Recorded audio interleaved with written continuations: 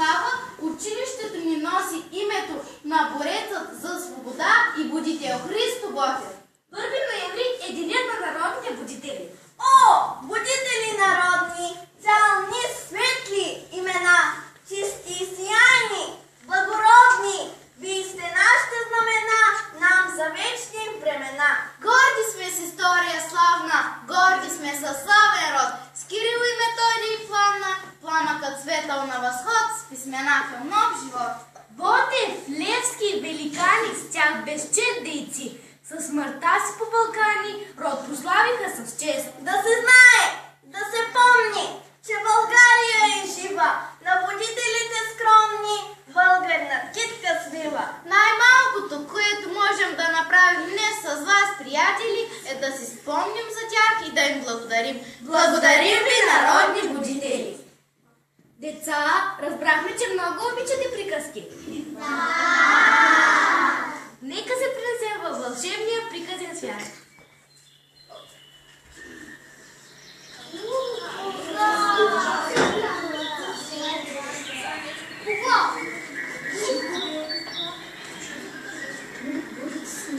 Колко е красив изгревът през есента и свежия горски полъх рано сутринта. Денят познава се по утрото, ала уви, по утрото не се познава дали ще завали.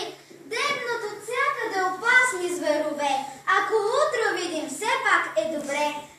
Не е за мрачни приказки този ведър час, момиче необикновено живее тук сред нас. Червената шапчица нарича се тя, момиченце обичано от цялата гора.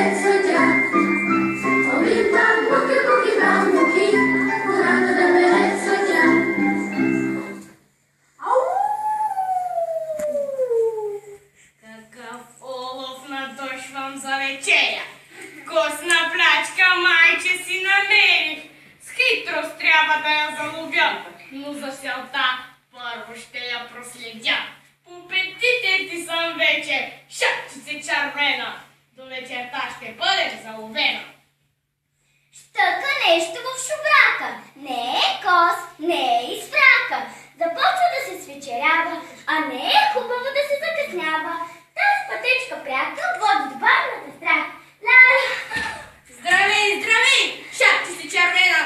Този път е време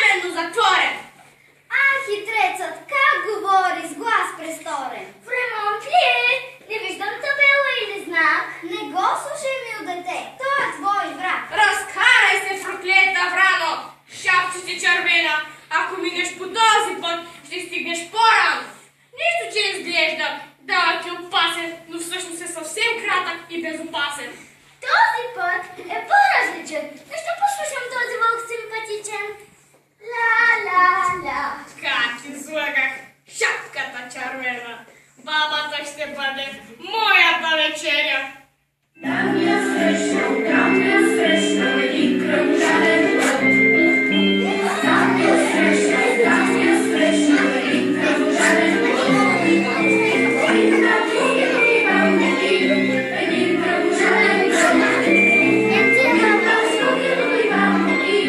Един кръвожаден вълк. Моята внучка дошла е да ме види. Приготвила съм и сладки съставиди. Ах, колко ще ми е приятно да видя моето момиче златно. Мила бабо, отвори. Червена шапчице, ти ли си? Аз съм бабо, мила и добра. Нося плодове и дъхави цветя.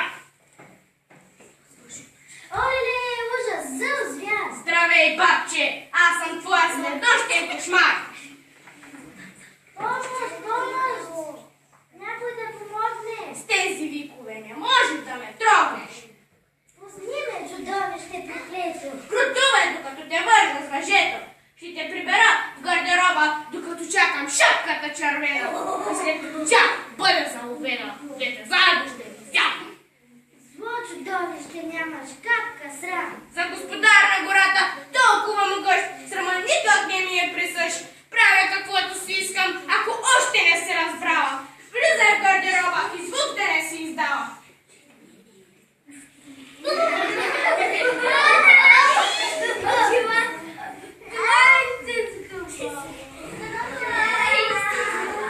Чук, чук, чук. Шапчица червена, ти ли си това? Аз съм бабо. Нося ти храна. О, бабо, ушите ти са станали големи. Ами баби, отскоро имам слухови проблеми. А очите ти как така са се събрали? Ами баби, гледам много сериали. И ръката ти е като лапа. При това лапа доста космата. И шапчица червена, ти си умно дете, но дали ще схванеш бързо? Желапите са две. Олеле, ти не си моята баба, мила и добра. Отне ти малко време, но накрая го разбра. Ти си лошият вълк. Страшен, зъл, кръвожаден. Освен това, не съм извънредно гладен. Какво се станал на баба ми? Лош звяр. Чак пък звяр, смятам, че в мен има доста чар. Що се отнася до баба ти, тя е надолу в моята бух. Върни баба ми, лош вълк с раздърпан куршум. Много си смела, шапчица червена, но скоро и ти ще едеш в корема. Няма да ме хванеш злодей безпощаден. Аз съм хищник по природа и съм вечно гладен. Ей, сега ще те спипам, шапчица червена. О, нима такава съдба ми е отредена. Стой! Тук съм от името на горския съвет. Разбрах, че тук има нарушение на горския ред. Не може всеки да действа безконтролно. Моля вълкът да последва доброволно. Тук имам заповед да бъде изгонен или линчуван. Ако не се бъдеш, сам съм длъжен да те арестувам. Помощ! Помощ!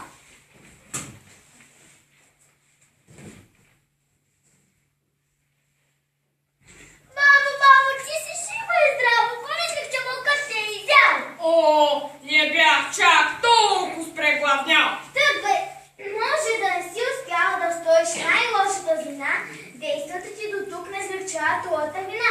Ние те гоним от нашата гора. Да, това е благодаря. Вълкът е изгонен от нашата гора.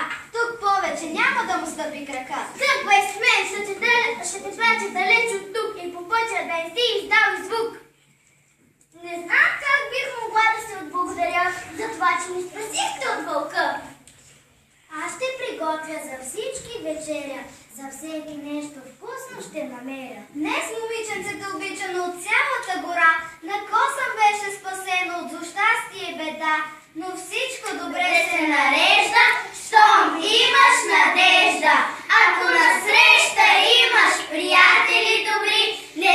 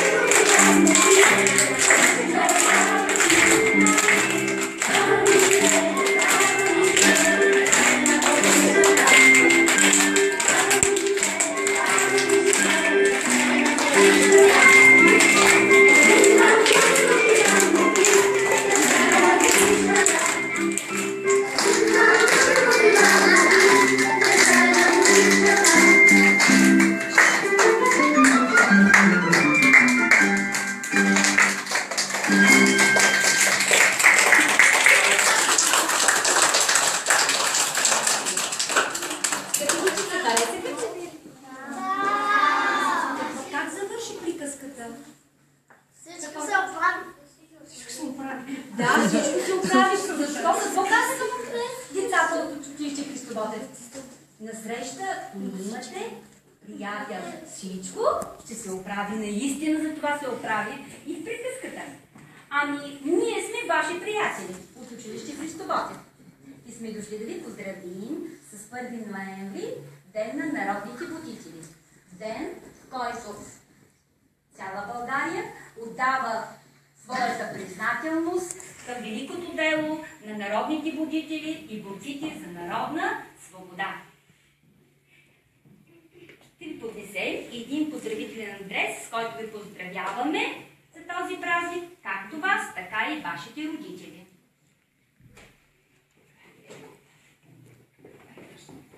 Заповядайте. Заповядайте.